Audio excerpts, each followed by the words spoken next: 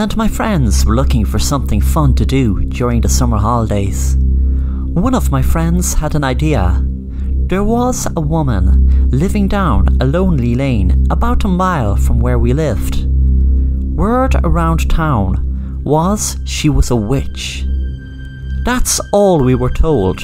She was a witch and to stay away from her house, even her lane.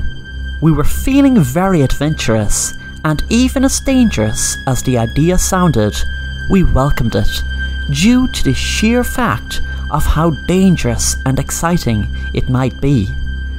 We were just outside her gate when we noticed how creepy her house was. I guessed no wonder it was creepy if she is meant to be some kind of witch. We climbed over the wall and into her garden and noticed a beautiful big apple tree with bright red apples all over it. My friend had a bag with her, so we started picking apples off the ground and put them in the bag. We all jumped when we heard a woman's voice behind us. It was her, the witch that everyone was speaking about. I knew because I was shown a photo of her before. I said, "I'm so sorry, miss. We didn't realise this was private property." The woman looked at us and spoke. "Nonsense, my dear. Why pick up those windfalls from the ground? Why don't ye climb up the tree and pick the big bright red ones, and when ye are finished, why don't ye just come in and I'll give ye a nice soda?" We were so relieved that the woman wasn't mad and she actually seemed really nice. We climbed the tree and picked about a dozen or more apples, then knocked at the woman's door. She opened it and there was a lovely smell of apple tart coming from her oven. She said, "I just made a lovely apple tart for ye. Sit down and make yourselves comfortable and I'll get ye some tart and some soda." We all sat down and 2 minutes later the lady brought us a slice of apple tart and some soda. My friends started drinking the soda and eating the apple tart.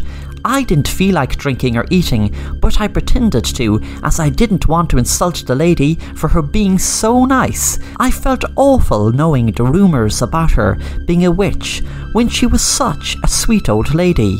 A few minutes later, I saw my friends act really strange, as if they felt drowsy and wondered what was happening. I walked over to the door, but as I did, I could see the woman standing looking at me with what looked like a big black cauldron that witches have in movies. I could see a bottle of poison on top of the sink. I realised then she had poisoned my friends. I tried to scream, but no scream came out as I was so much frozen in fear. Then she spoke in a creepy voice, looking me right in the eye, and said, "Witchcraft."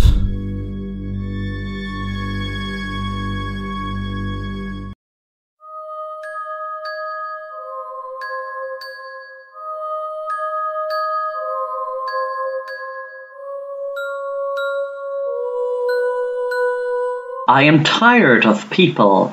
Well, should I say people are tired of me? I tried to be friendly, but they just ignore me as if I don't exist. Just because I'm a simple plain old man with no fancy suits or whatever it is that makes them all think they're too good to even answer me. That's one of the main reasons I became a hermit. I didn't want to depend on anyone, and I didn't want anyone to depend on me. But what's really making me mad is I am up here alone, away from everyone else, but still these property developers or builders or whatever you call them are wanting to tear down my house. Well, so help me God, I won't let them, even if it means I'll stand in front of the bulldozers when they're trying to demolish it. I just sit and look out the window to pass the time. I don't bother anybody, why should they bother me? I suppose I'm known as that crazy old hermit to the locals down the hill. Well, they can stay down the hill, away from me, and let me live my life the way I want. I'm not harming anyone.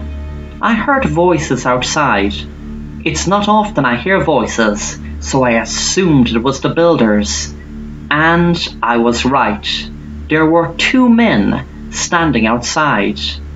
I opened my door and shouted at them, "Get the hell away from my property, do you hear me?" But as usual, they ignored me. One man asked the other, "What happened to the owner of this place?" The other man replied, "He was a nice poor old man. He was found dead one night, stabbed to death. No reason could be found. He had no known enemies, and the poor guy had no family." The man asked, what was the other man's name? The other man told him, Peter.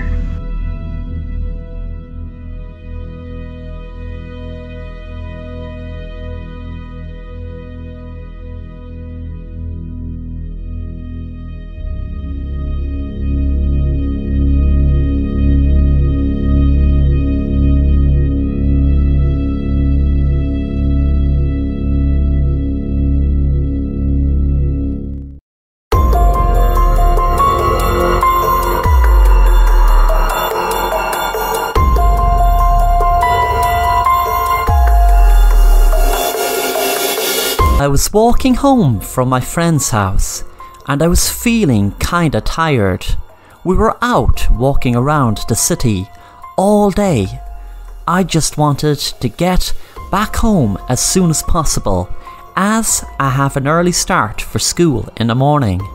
So I decided to take a shortcut. There was a tunnel between my house and a field, and I never liked to go there by day, don't mind say night. It usually was littered with drug paraphernalia and addicts and other undesirables. I decided to take the shortcut tonight and walked into it. Luckily, there was no one about. I noticed something strange in the middle of the tunnel and got out my phone using its torch to see what it was. It was a walkie-talkie. I collect all sorts of retro stuff and wondered, was this an old-style walkie-talkie? So brought it home with me. When I got home, I sat down on the bed and looked at it and pressed the button to call whoever had the other walkie-talkie. I waited for a reply on the off chance I'd be within distance range of someone with the corresponding walkie-talkie. Suddenly, I froze on the bed in fear when I heard a noise of a walkie-talkie coming from inside my closet. I stood up and could see a figure standing inside my closet.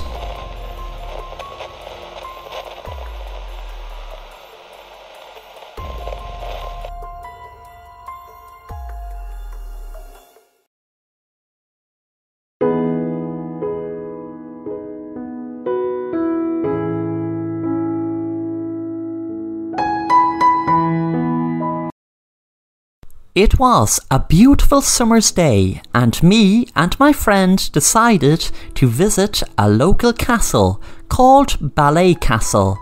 We walked for miles to see it and it was all worth it when we saw what such a beautiful castle it was.